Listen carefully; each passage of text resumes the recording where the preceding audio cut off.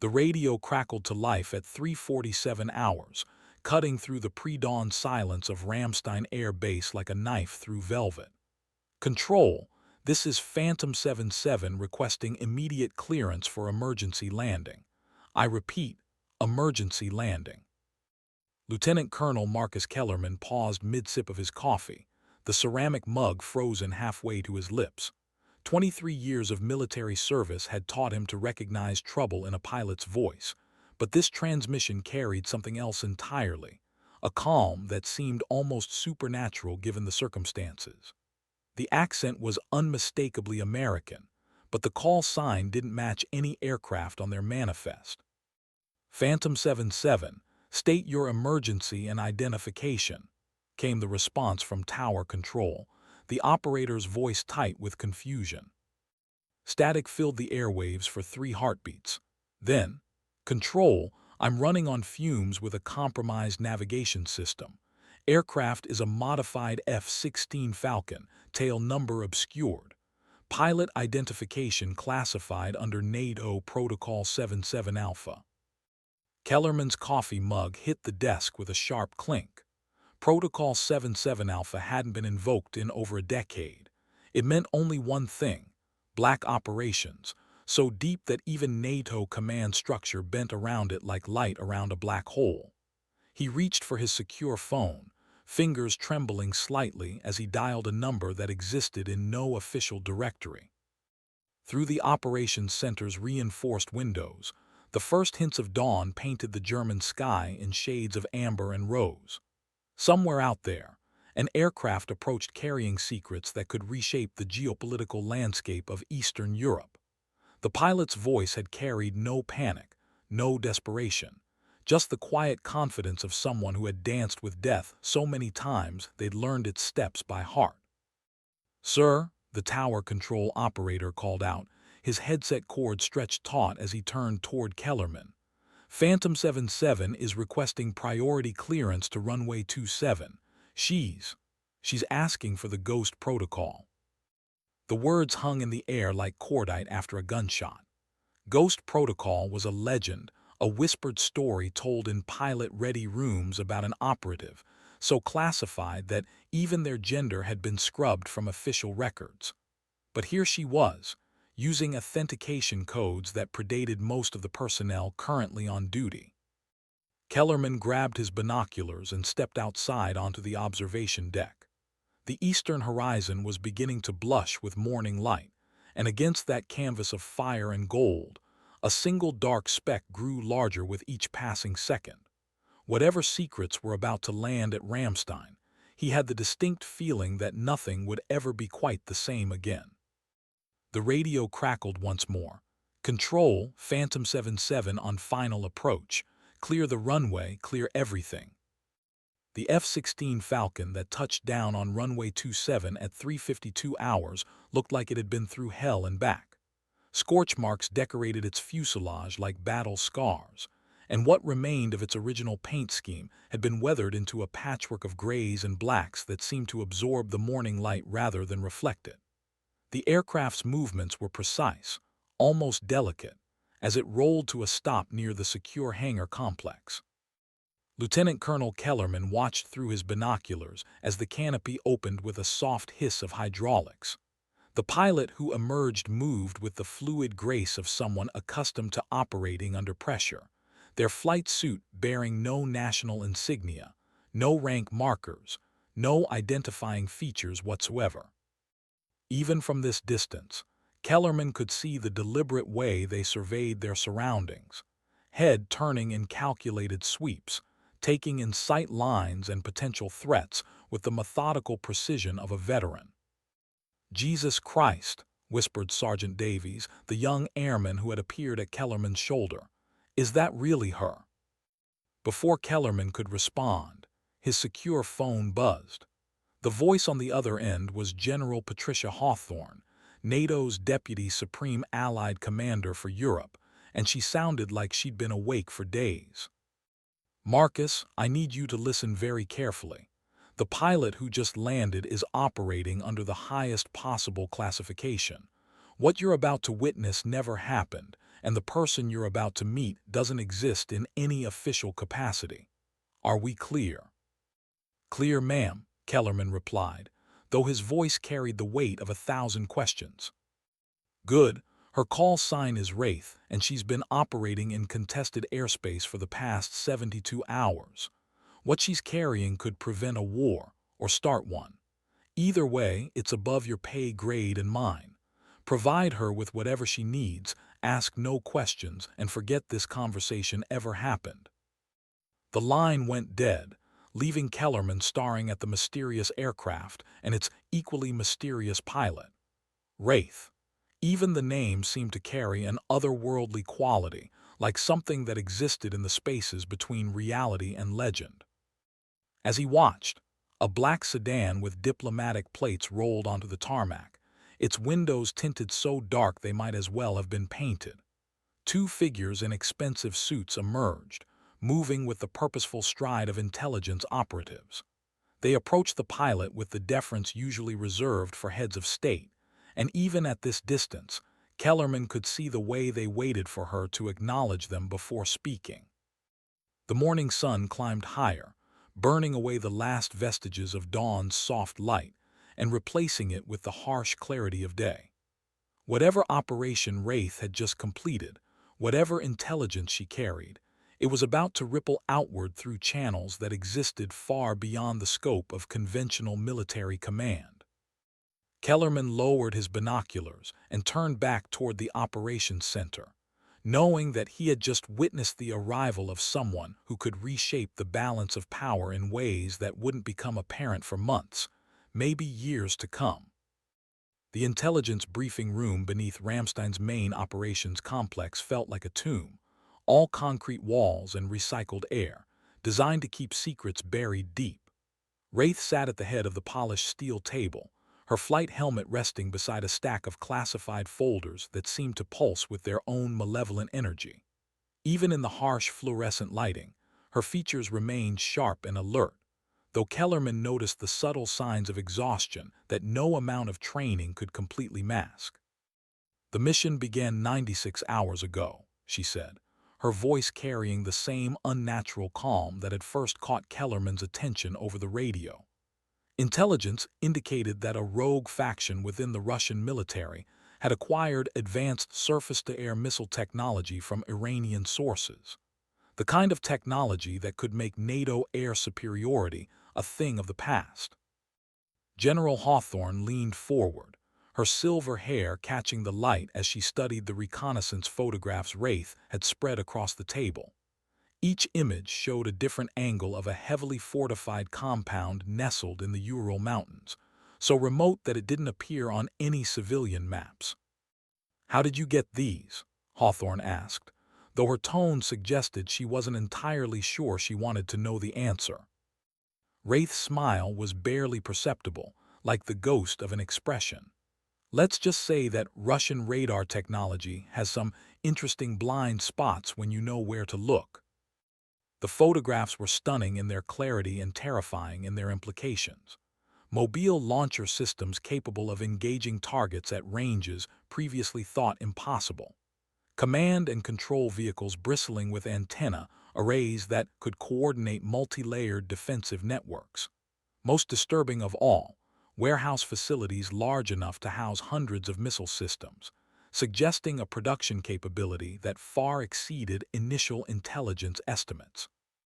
"The compound is designated Facility Krasnaya Zvezda," Wraith continued, pointing to a series of underground bunkers that appeared to have been carved directly into the mountainside. "Red Star. The Russians aren't just testing these systems, they're preparing to mass-produce them. Our best estimates suggest they could have enough units to protect major population centers within 18 months. Lieutenant Colonel Kellerman felt a chill that had nothing to do with the air conditioning. The strategic implications were staggering. If Russia could deny NATO air access to contested regions, the entire framework of modern warfare would shift overnight. Decades of tactical doctrine would become obsolete, and the carefully maintained balance of power that had kept the peace since the end of the Cold War would crumble like ancient parchment. "What's our timeline?" Hawthorne asked, her fingers drumming against the table in a rhythm that spoke of barely contained tension. Wraith's expression grew darker, if such a thing were possible. Based on what I observed, they're preparing for a major test within the next 48 hours. If that test succeeds, production will accelerate exponentially. We have a window, General, but it's closing fast. The room fell silent except for the distant hum of ventilation systems and the almost subliminal buzz of secure communication equipment. Everyone present understood the weight of what they were discussing, a decision that could determine the course of international relations for decades to come. The tactical briefing that followed would later be classified at levels so high that even acknowledging its existence would constitute treason. Wraith stood before a wall-mounted display showing satellite imagery so detailed that individual personnel could be identified moving around the compound. Her pointer traced defensive positions with the precision of someone who had studied every angle, every vulnerability, every possible approach vector. The facility's primary weakness is its reliance on a single access road, she explained, highlighting a narrow mountain path that snaked through treacherous terrain for nearly 30 kilometers. Russian doctrine assumes that any conventional assault would require massive ground forces and weeks of preparation. They're not expecting a surgical strike. General Hawthorne studied the topographical maps with the intensity of a chess master contemplating a crucial move. The compound's location was almost impossibly remote, situated in a region where winter temperatures could drop to -40 degrees Celsius, and summer brought sudden, violent storms that could ground aircraft for days at a time. "What about air defenses?" asked Colonel James Morrison, NATO's senior intelligence analyst, his Scottish accent lending gravity to every syllable. Wraith's smile was sharp as a blade. Extensive but predictable. The Russians have always favored layered defense systems, overlapping radar coverage, multiple engagement zones, redundant command structures. It's effective against conventional tactics, but it also creates patterns that can be exploited by someone willing to think outside traditional parameters. She clicked to the next slide, revealing a three-dimensional model of the facility that had clearly been constructed from multiple reconnaissance passes. The level of detail was extraordinary, not just the obvious surface installations, but underground tunnel networks, ventilation systems, even the locations of backup power generators. The key is understanding that Russian defensive doctrine is built around the assumption of sustained engagement, Wraith continued. They expect attacks to follow predictable patterns, initial suppression of air defenses, followed by waves of ground attack aircraft, followed by assessment and re-engagement. What they don't expect is a single-pass strike designed to maximize psychological impact rather than tactical destruction. Lieutenant Colonel Kellerman found himself leaning forward despite his better judgment. There was something hypnotic about the way Wraith described tactical scenarios, as if she were narrating a chess match rather than planning what could easily escalate into World War III. "The operation requires surgical precision," she said, her voice dropping to barely above a whisper. "One aircraft, one pilot, one chance to send a message that Russia will understand without pushing them toward open conflict. The target isn't the missile systems themselves, it's the command and control infrastructure that makes those systems effective." The implications were staggering. Rather than destroying the physical weapons, the strike would blind the facility's ability to coordinate its defenses, effectively neutralizing the threat without the massive destruction that could trigger a wider conflict. "Who authorizes something like this?" Morrison asked, though his expression suggested he already suspected the answer. Wraith's eyes met his across the table, and for a moment Kellerman glimpsed something that might have been sadness or perhaps resignation. "That's above all our pay grades, Colonel. The only thing that matters is whether it can be done." The silence that followed was pregnant with unspoken implications and uncomfortable truths about the shadow world in which such decisions were made. The mission planning session stretched deep into the night, transforming the briefing room into a war college where every detail was analyzed, debated, and refined until the operation achieved an almost mathematical precision. Wraith worked with the focused intensity of a surgeon, her fingers dancing across digital displays as she modeled flight paths, calculated fuel consumption, and identified split-second timing windows that would mean the difference between success and catastrophe. The approach vector requires threading a needle through 3 separate radar zones, she explained, tracing a complex route that seemed to defy both logic and physics. The Falcon will be operating at the absolute edge of its performance envelope, low altitude, high speed, minimal radar cross-section. Margin for error is essentially zero. Lieutenant Colonel Kellerman watched the flight path unfold on the tactical display and felt his mouth go dry. The route took the aircraft through some of the most hostile airspace on Earth, skimming mountain peaks at altitudes that would leave no room for mechanical failure or pilot error. A single miscalculation, a moment's hesitation, or an unexpected wind shear could turn the mission into a smoking crater on a Siberian mountainside. "What about extraction?" asked General Hawthorne, her voice carefully neutral despite the obvious concern in her eyes. Wraith's pause was almost imperceptible, but Kellerman caught it. "Extraction assumes mission completion," she said finally. "Primary focus is target neutralization and intelligence gathering. Everything else is secondary." The euphemisms were polite, but their meaning was crystal clear. This was a one-way mission dressed up in the language of contingency planning. The pilot who flew into Russian airspace might not be coming back, and everyone in the room understood that reality even if they couldn't bring themselves to speak it aloud. "I'll need the aircraft prepped for extended range operation," Wraith continued, her tone shifting back to pure technical analysis. "External fuel tanks, minimal defensive systems, maximum stealth configuration. The goal is to get in, complete the mission, and get out before Russian forces can coordinate an effective response." Colonel Morrison pulled up satellite weather data on his tablet, frowning at the meteorological reports. "You're looking at a narrow window here. Storm systems moving through the region could ground aircraft for up to 72 hours. "Then we go before the storms hit," Wraith replied without hesitation. "Weather works both ways. Reduced visibility that hampers our approach also limits their ability to track and engage." The conversation continued through the small hours of the morning, each participant contributing their expertise to refine an operation that existed at the absolute cutting edge of military capability. Fuel calculations were verified and re-verified. Radar signatures were modeled under dozens of different atmospheric conditions. Emergency procedures were developed for scenarios that ranged from mechanical failure to capture by hostile forces. As dawn approached, the scope of what they were planning began to fully sink in. This wasn't just a military operation.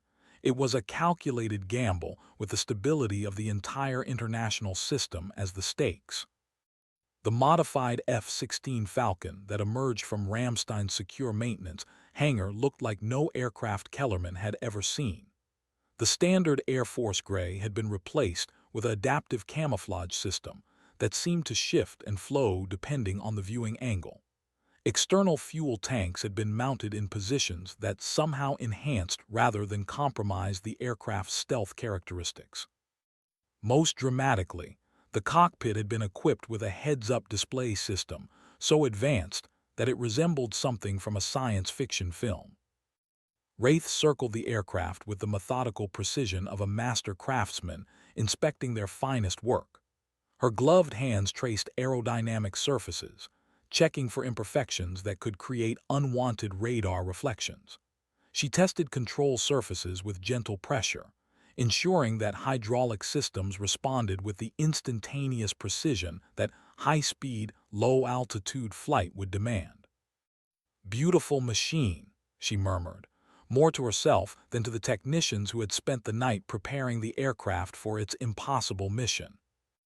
Chief Master Sergeant Rodriguez, a veteran crew chief with 30 years of experience, watched Wraith's inspection with obvious professional interest. "Never seen modifications like these," he admitted. "The stealth coatings alone must have cost more than most aircraft."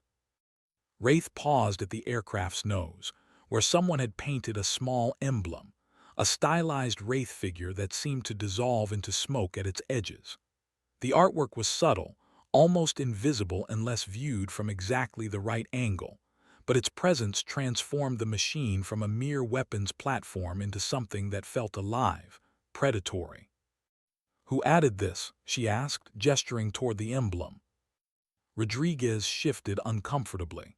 "That would be Airman First Class Chen, ma'am.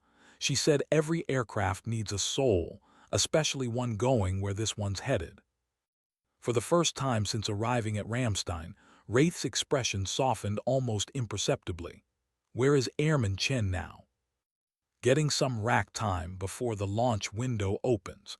She's been working 18-hour shifts to get your bird ready." Wraith nodded slowly, her fingers tracing the outline of the painted wraith. "Make sure she knows her work is appreciated."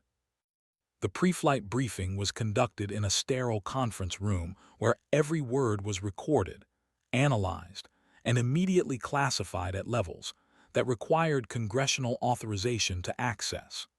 Weather reports, intelligence updates, and contingency procedures were reviewed with the meticulous attention to detail that characterized operations where failure meant far more than personal consequences. Latest satellite imagery shows increased activity around the target, Colonel Morrison reported, displaying reconnaissance photos that had been taken less than 6 hours earlier. "They're moving equipment, repositioning defensive systems. It's possible they know something is coming." Wraith studied the images with the focused intensity of a predator evaluating prey. "Or they're preparing for their scheduled weapons test. Either way, it confirms that our window is closing." General Hawthorne leaned back in her chair, the weight of command evident in every line of her face. "Final authorization came through 20 minutes ago. The mission is greenlit at the highest levels of NATO command." The words carried an almost physical weight. Somewhere in secure facilities across the Atlantic, decisions had been made that would ripple through history books that hadn't yet been written. The final systems check took place in the pre-dawn darkness, with only essential personnel present to witness the last preparations for a mission that officially didn't exist. Wraith moved through her equipment inspection with the practiced efficiency of someone who had performed similar rituals hundreds of times before. But Kellerman noticed the way her movements had taken on an almost ceremonial quality. The flight suit she wore was unlike any standard military issue, darker than regulation allowed, fitted with equipment that seemed to blur the line between technology and sorcery. Her helmet bore no identifying marks, no unit patches, no indication of rank or nationality. She had become what her call sign suggested, a wraith, existing in the spaces between official acknowledgement and necessary action. "Aircraft systems show green across the board," reported the flight engineer, his voice tight with professional pride and barely concealed anxiety. "Navigation, communications, defensive systems, everything is operating within optimal parameters." Wraith nodded, settling into the cockpit with movements so fluid they seemed choreographed. Her hands found controls with the unconscious precision of muscle memory, bringing systems online with the casual confidence of someone for whom advanced military aircraft were merely tools of the trade. "Control, this is Wraith requesting clearance for departure," she transmitted, her voice calm as mountain lakes. "Wraith, you are cleared for takeoff. Godspeed." The F-16 Falcon rolled down runway 27 with the predatory grace of a hunting cat, its engine spooling up to produce a sound that was less mechanical noise than primal roar. At exactly 5:47 hours, the aircraft lifted off into skies that were still painted with the soft pastels of early morning, climbing rapidly until it disappeared into clouds that seemed to swallow it like a hungry mouth. Lieutenant Colonel Kellerman watched until the last trace of engine exhaust had dissipated, then turned back toward the operations center. The waiting had begun, and everyone involved understood that the next few hours would determine whether they had just witnessed the launch of a brilliant tactical success or the opening shot of a conflict that could reshape the world.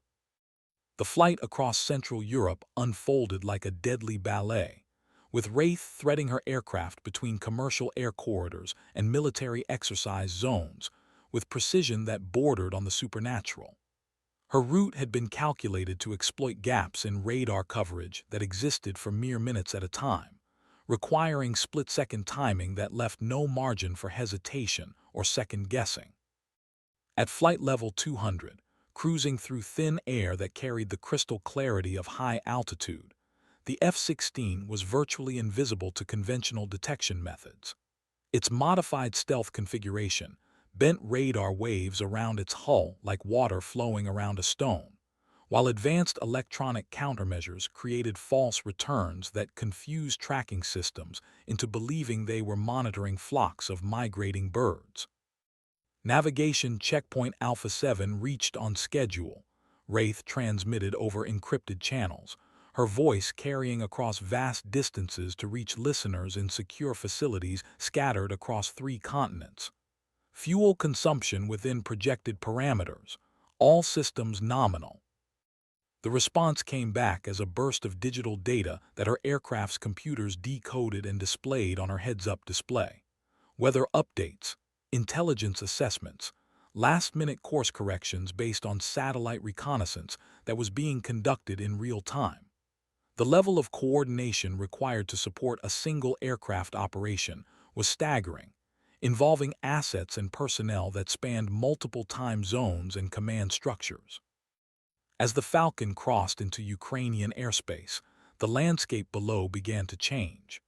The ordered farmland and industrial centers of Western Europe gave way to something wilder, more primal. Forests stretched to every horizon, broken only by rivers that wound like silver threads through terrain that had remained largely unchanged for centuries. Checkpoint Bravo 4, Wraith reported, her altitude now dropping as she prepared to transition into the low-level phase of her mission, entering contested airspace in approximately 15 minutes.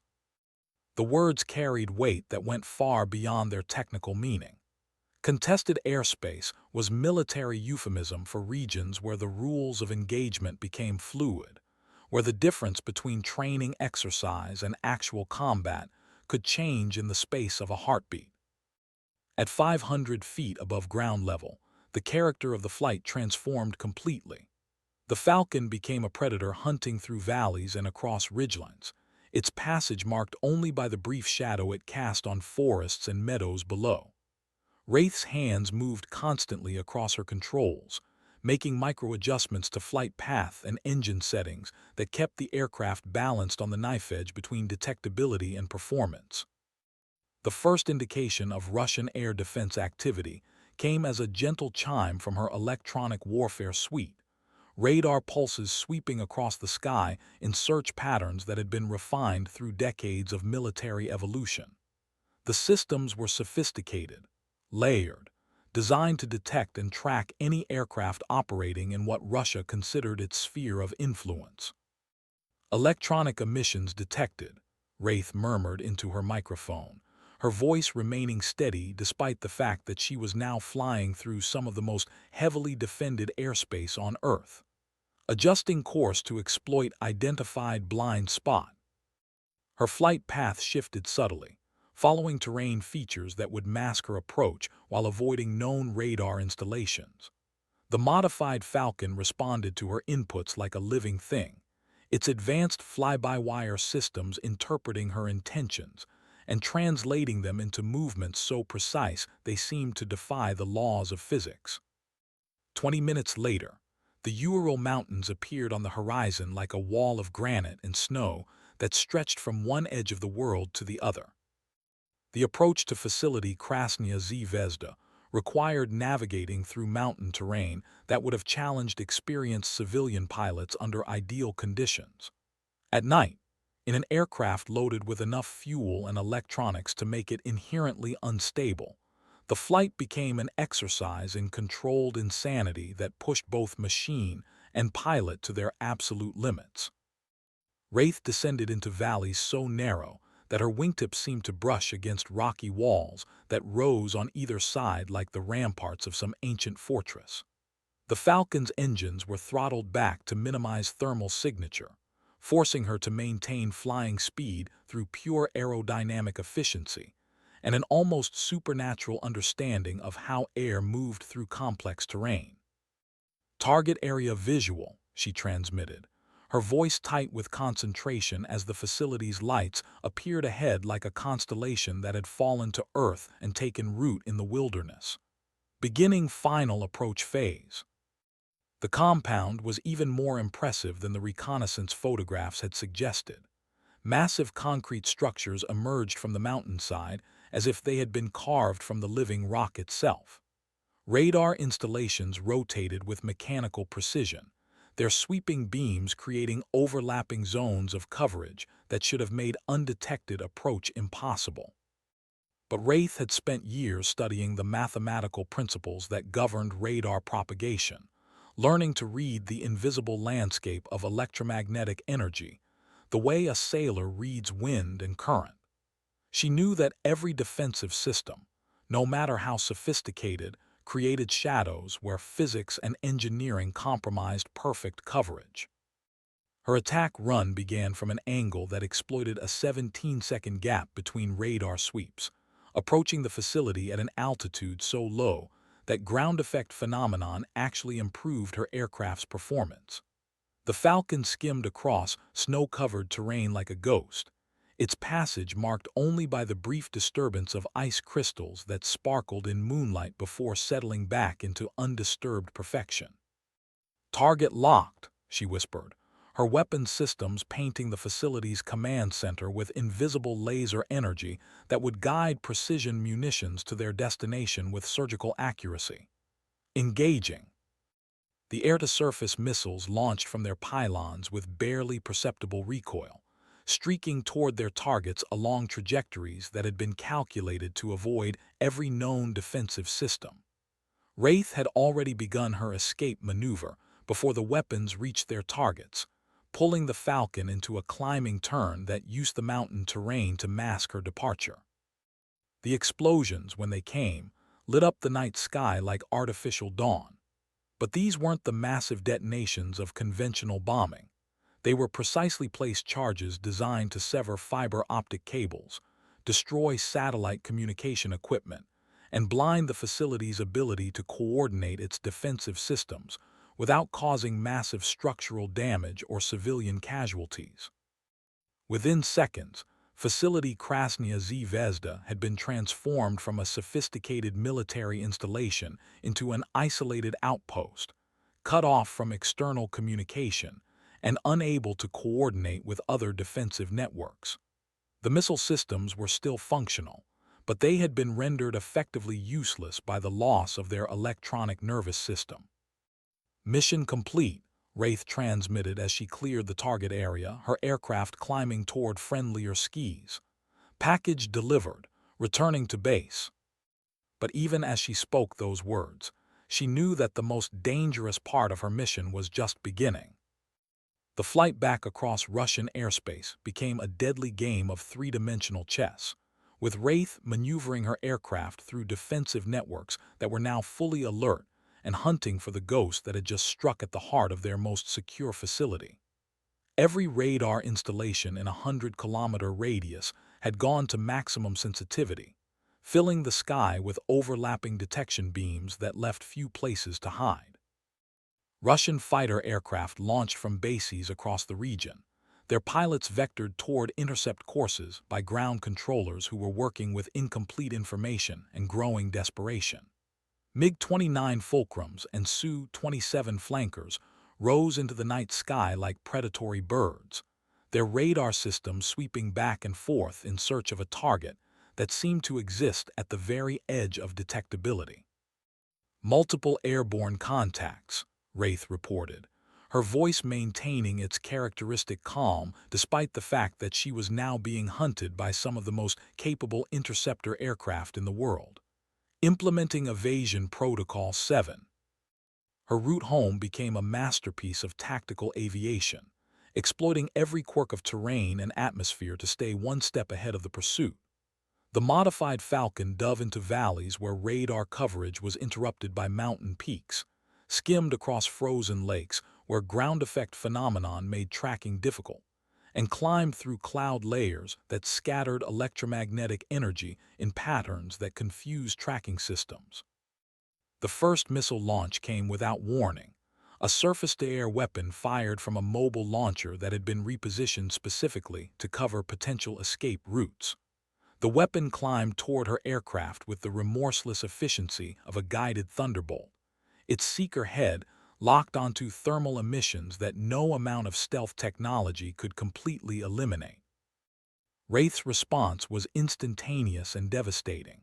Chaff dispensers filled the air behind her aircraft with metallic strips that created false radar targets, while infrared flares blazed like artificial stars to confuse heat-seeking guidance systems. The Falcon twisted through a series of high-G maneuvers that pushed both aircraft and pilot to their structural limits, pulling forces that would have rendered most people unconscious. The missile detonated harmlessly 3 kilometers away, its fragmentation warhead filling empty sky with deadly metal that posed no threat to a target that was already far beyond its effective range. "Defensive measures successful," she transmitted, though her voice now carried the slight strain of someone operating under extreme physical stress. Continuing egress route. 2 more missile engagements followed over the next 20 minutes, each one a deadly ballet of technology and human skill that played out against the backdrop of Siberian wilderness.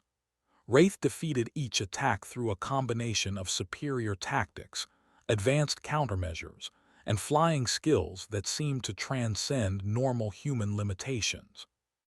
By the time she crossed back into NATO airspace, her fuel reserves were running dangerously low, and her aircraft bore the subtle scars of electronic warfare: burned-out circuits in her defensive systems, stress fractures in her airframe from repeated high-G maneuvers, and damage to her stealth coatings that would require complete rebuilding before the aircraft could fly again. "Control, this is Wraith requesting priority clearance for emergency landing," she transmitted as Ramstein Air Base appeared on her navigation display like a beacon of civilization in an increasingly hostile world. The response was immediate and unequivocal. "Wraith, you are cleared for immediate approach to any runway. Emergency services standing by." As her aircraft touched down on German soil for the second time in less than 72 hours, Wraith allowed herself a moment of satisfaction. The mission had been completed exactly as planned, and the strategic balance of power in Eastern Europe had been subtly but decisively altered. But she also knew that this victory came with a price that extended far beyond damaged aircraft and depleted fuel reserves. The debriefing session that followed Wraith's return lasted 18 hours and involved intelligence analysts from 7 different NATO member nations. Every aspect of the mission was dissected, analyzed, and classified at levels so high that acknowledging its existence would constitute an act of treason. But beneath the clinical language of after-action reports and tactical assessments, a more profound story was emerging. The precision of the strike was unprecedented, Colonel Morrison reported to the assembled intelligence officers, his Scottish accent lending gravity to words that would reshape military doctrine for decades to come. Facility Krasnaya Zvezda's command and control infrastructure was completely neutralized without a single casualty. The Russians have been blinded but not provoked to escalation. General Hawthorne studied the satellite imagery that showed the aftermath of Wraith's attack, a facility that appeared largely intact from the outside, but had been rendered strategically useless by the surgical removal of its electronic nervous system. What's the Russian response? Confused and fragmented. came the reply from a CIA analyst whose name would never appear in official records. They know they were hit, but they can't figure out how. Radar tracks show gaps that shouldn't be possible, weapon systems fired at targets that may not have existed, and their entire regional defense network is questioning its own sensor data.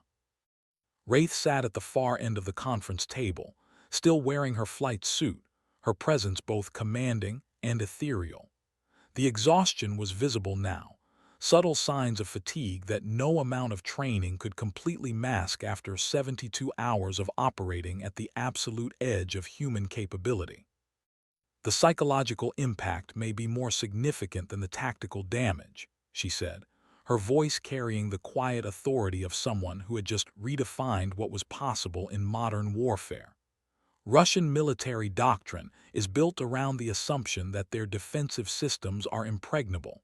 We've just demonstrated that assumption is false.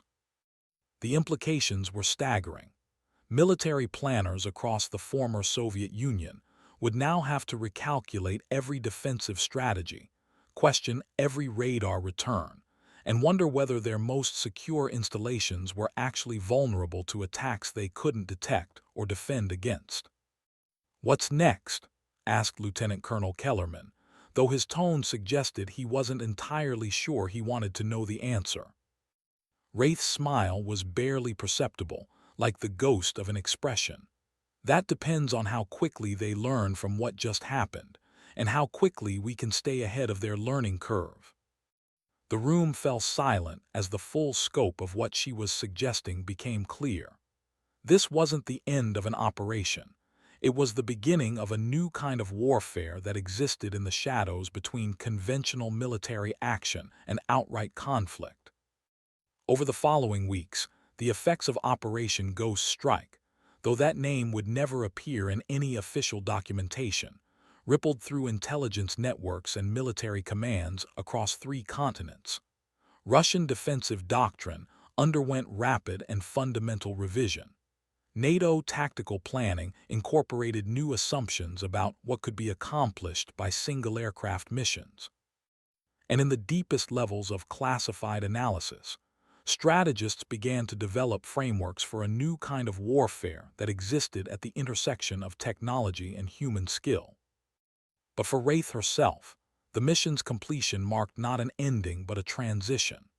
The pilot who had returned to Ramstein was subtly different from the one who had departed, marked by experiences that couldn't be shared, carrying knowledge that couldn't be documented, bearing the weight of decisions that would influence the course of history in ways that might not become apparent for years or decades. "There will be other missions," General Hawthorne said during their final private conversation, the 2 women standing on the observation deck as another gray dawn broke over the German countryside. "Other facilities, other targets, other impossible situations that require someone willing to operate beyond the normal boundaries of military action." Wraith nodded slowly, her eyes focused on some distant point beyond the horizon. "I understand, ma'am. It's what I do." "No," Hawthorne replied, her voice soft but firm. "It's what you are, and that makes all the difference." 3 days later, the modified F-16 Falcon disappeared from Ramstein's flight line as quietly and mysteriously as it had arrived. The aircraft's maintenance records were sealed, its mission reports classified beyond the reach of congressional oversight, and its pilot reassigned to duties so classified that even their existence would be denied by officials with the highest security clearances. But in pilot-ready rooms and intelligence briefings across the NATO alliance, the legend of Wraith had already begun to take root. Stories were told in whispers about the ghost pilot who could penetrate any defense, strike any target, and disappear without leaving a trace. The details varied with each telling, but the core truth remained constant. Somewhere in the vast machinery of modern warfare, there existed individuals capable of accomplishing the impossible. Lieutenant Colonel Kellerman found himself thinking about that truth as he watched the sunrise paint the German sky in shades of amber and gold.